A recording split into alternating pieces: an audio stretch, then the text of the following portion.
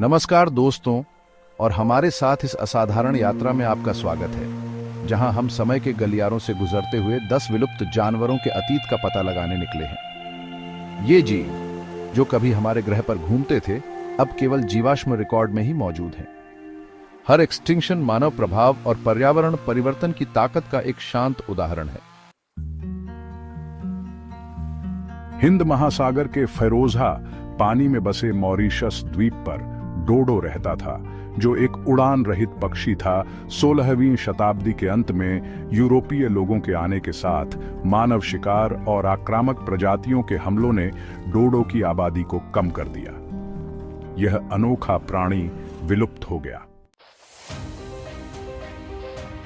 विशाल बर्फीले टुंड्रा में जो कभी पृथ्वी को ढंकते थे, वूली मैमथ अपने विशाल आकार और खास दांत के लिए जाने जाते थे। 4000 साल पहले तक ये हिमयुग के परिदृश्य में आम थे। जलवायु परिवर्तन और मानव शिकार ने उनकी आबादी पर दबाव डाला और उनके खत्म होने में योगदान दिया। अपनी खास धारियों और रहस्यमय प्रकृति के साथ टास्मानियाई बाघ, जिसे थाइलेसीन भी कहा जाता है, तस्मानिया के जंगलों में घूमता था। मानव शिकार और बीमारी के कारण 20वीं शताब्दी की शुरुआत में इसकी आबादी कम हो गई। 1936 में आखिरी झांत व्यक्ति की कैद में मृत्यु हो गई। उत्तरी अमेरिका के आकाश को अरबों की संख्या में भरने वाला पैसेंजर कबूतर एवियन बहुतायत का प्रमाण था। 19वीं शताब्दी में शिकार और निवास स्थान के नुकसान ने उनकी आबादी को कम कर दिया, जिससे 1914 में उनकी विलुप्ति हो गई।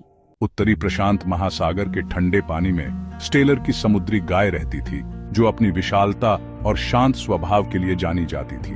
मांस, तेल और खाल के लिए अत्यधिक शिकार ने इसकी आबादी को कम कर दिया। 1768 में यह प्रजाति विलुप्त हो गई। उत्तरी अटलांटिक तट के चट्टानी द्वीपों और ठंडे पानी के मूल निवासी ग्रेट ऑक एक उड़ान रहित पक्षी था, जो अपनी तैराकी क्षमताओं के लिए जाना जाता है। अत्यधिक शिकार और अंडे के संग्रह ने इसे विलुप्त कर दिया। 1844 में आखिरी झांत व्यक्तियों को मार डाला गया। दक्षिण अफ्रीका के घास के मैदानों में क्वागा, मैदानी जेब्रा की एक खास उपप्रजाति, अपनी अनोखी धारियों के लिए जानी जाती थी।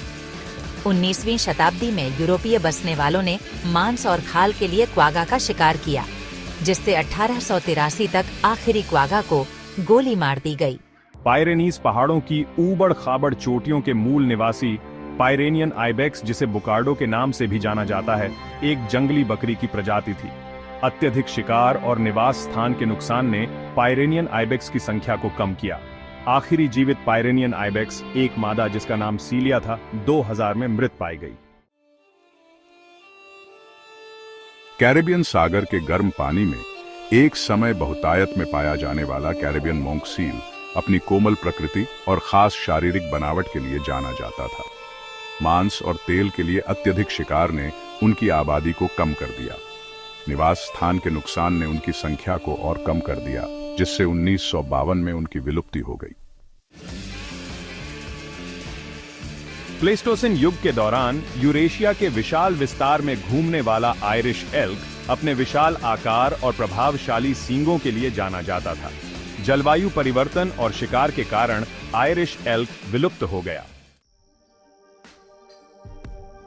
जैसे ही हम इन 10 विलुप्त जानवरों की कहानियों को पीछे छोड़ते हैं, हमें वन्य जीवों पर मानवीय गतिविधियों और पर्यावरणीय परिवर्तनों के गहरे प्रभाव की याद आती है। डोडो से लेकर आयरिश एल्क तक प्रत्येक विलुप्ति हमारे ग्रह की नाजुकता और प्रजातियों की रक्षा के लिए हमारी जिम्मेदारी बताती है।